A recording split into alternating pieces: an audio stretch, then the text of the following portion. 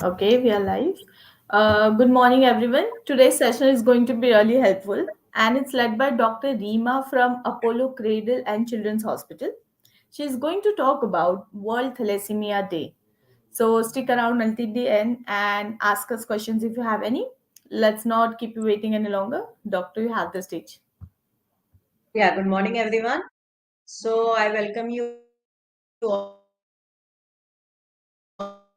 today for today's session. Today is on the World Thalassemia Day every year. Basically, this day is to spread awareness about thalassemia disease, its and how can we prevent it and avoid transmission among people throughout the world. So let's take a look at the theme of today's this year's thalassemia disease. How we are planning to uh, decrease the spread of this disease. So World Thalassemia Day is observed on 8th May, and the day deals with social stigma attached to the lives of individuals who are suffering or living with this disease. So there is efforts of the doctors and medical professionals are also honored on this day for helping patients and bringing advancements. So this is the importance of celebrating this World Thalassemia Day. The day is observed to encourage those who struggle to live with the disease. Day is a commemoration day in honor of all the patients suffering from thalassemia and their parents who have never lost hope for life despite the burden of their disease, and also it is also to celebrate the efforts of all the scientists who are doing hard work with dedication and trying to provide improved quality of life to the people with thalassemia across the globe. So let us first see what is thalassemia. Thalassemia is an inherited blood disorder that passes from parents to children. So just focus on the point inherited. It is not infectious, it is a transmitted disorder which goes from the parents to the children. There are various kinds of thalassemia disease, and its treatment depends on the type and severity. In this disease, the ability of body to produce hemoglobin and red blood cell gets affected. Or we can say that a person suffering from thalassemia will have fewer red blood cells, and their hemoglobin will always be less. Its impact may range from mild to severe and even life-threatening. Most of the cases are milder in form, but in severe cases it is life-threatening. The disease is most common in people of Mediterranean, South Asian, and African. In India, the disease is more prevalent in North India, especially in Sindhis, Punjabis, and Sikh community. So, on this day, we dedicate this day to the patients suffering from thalassemia disease, and we urge everyone to provide them with special chances to live like a normal person. Also, the medical professionals and doctors make a plan how to prevent this disease and decrease its spread in the society, state, community, and country. The theme of the World Thalassemia Day 2024 is Empowering Lives, Embracing Progress, Equitable and Accessible Thalassemia Treatment for All. So, this is the theme of World Thalassemia Day 2024. So, like we all know, World Thalassemia Day 2022 theme was Be Aware, Share and Care.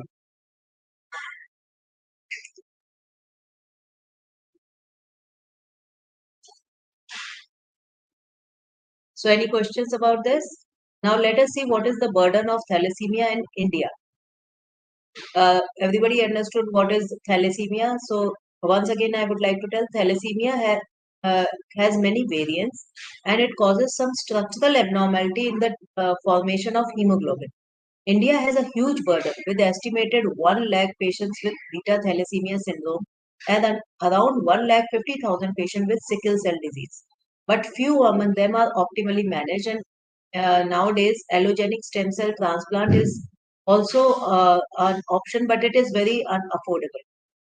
Um, there is a feasible option for control to promote education and awareness program, intensify screening. So the best cost-effective treatment is screening of the parents, the would-be parents. If a pregnant woman comes, we can screen for thalassemia, and then if we get this gene positive, we can do further testing. So intensify screening in all the states with micro mapping to access the true burden and develop adequate facilities for genetic counseling, prenatal diagnosis in public sector institutions. Government and non-government organizations have been working towards this goal for 3 to 4 decades, but community control in a vast and diverse country is challenging. and a national program reaching to all rural regions where most 70% of the population resides is yet to begin. So, strategies to control thalassemia need to include educating health professionals, school and college children, pregnant women, and population at large. Establishing prenatal diagnostic facilities in different regions of the country, making it widespread, easily available, and affordable.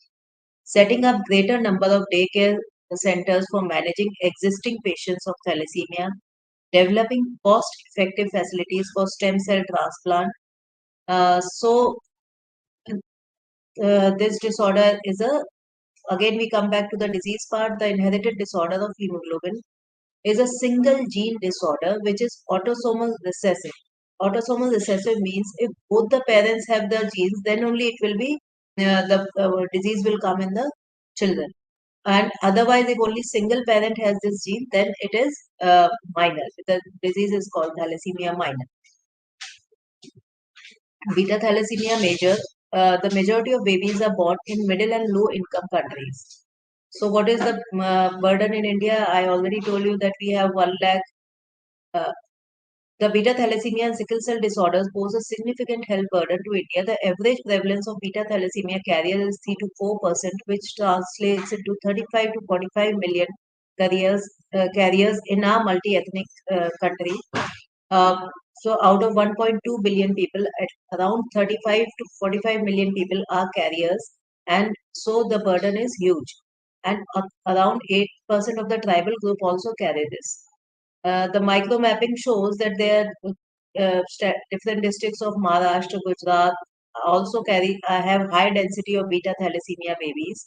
The expected annual birth of beta thalassemia major babies was calculated uh, to be around 1 in 1,000 pregnancies.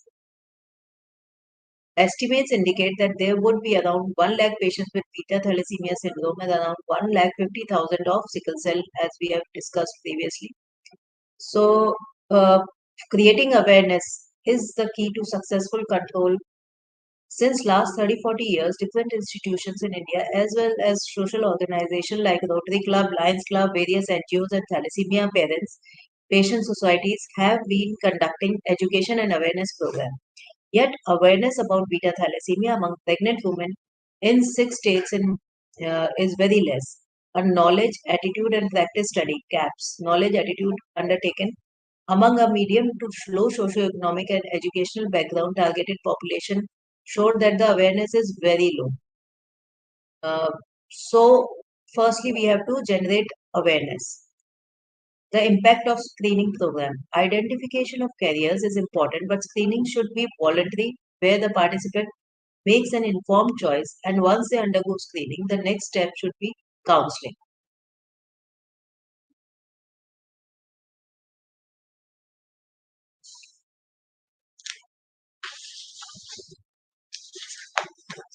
So let's see what we can do.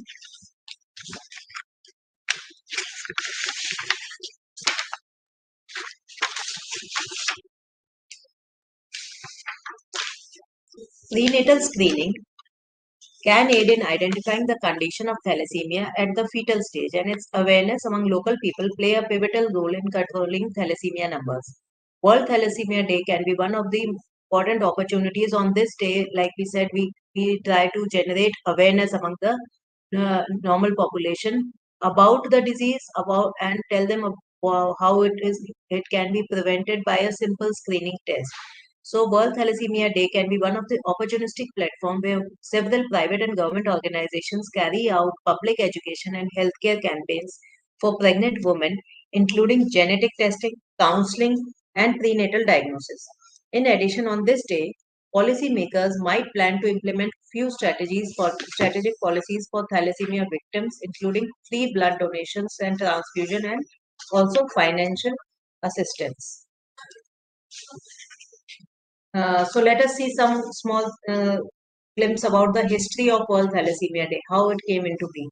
The first World Thalassemia Day or International Thalassemia Day was declared on May 8, 1994 by Panos Anglos, the president and founder of Thalassemia International Federation in honor of his son George, who was a thalassemia patient and who battled this disease.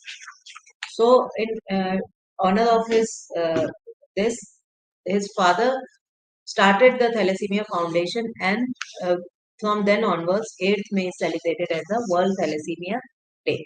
So, let us see how we can screen for thalassemia. The screening procedures include prenatal testing done before the baby is born. The following tests are used.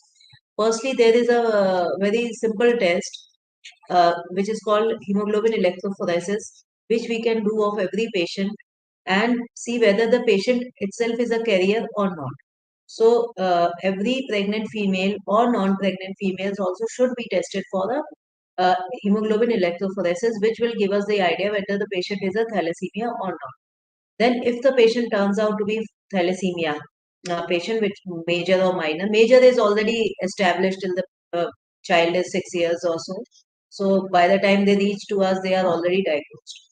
Then, in the pregnancy, once we establish that the female is a carrier, we get the husband's blood sample also done for HB electrophoresis, and if both are carrier, then further testing needs to be done whether they have transmitted this gene to the baby, because there is a 25% chance of their child to be born as a beta thalassemia major.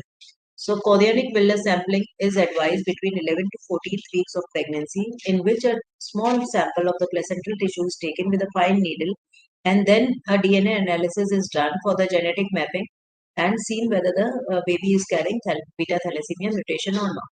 And if the pregnancy is beyond fourth month, then amniocentesis can be done. And same thing, the needle is inserted into the uterus and small amount of fluid is taken and the genetic testing is done.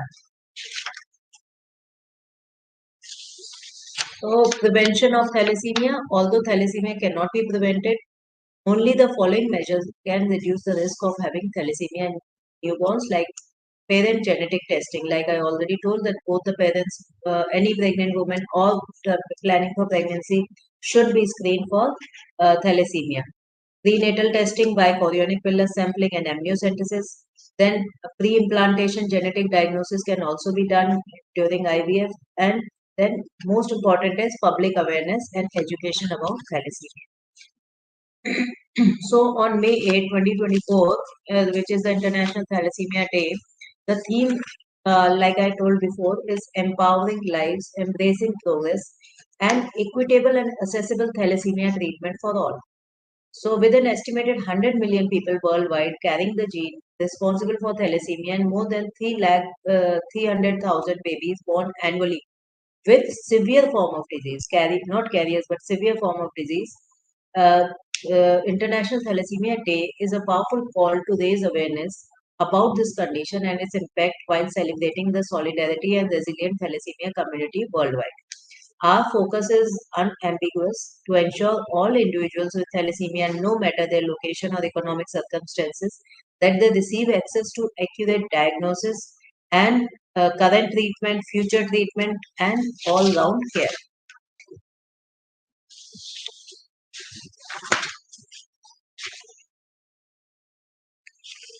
So, I think you all have understood about the uh, problem of thalassemia, how it spreads, how it is transmitted, and how what all can we do to prevent it from spreading.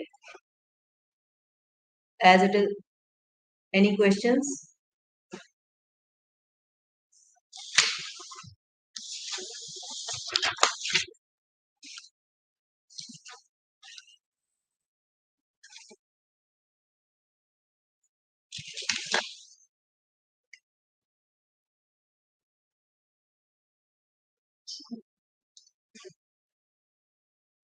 Any questions?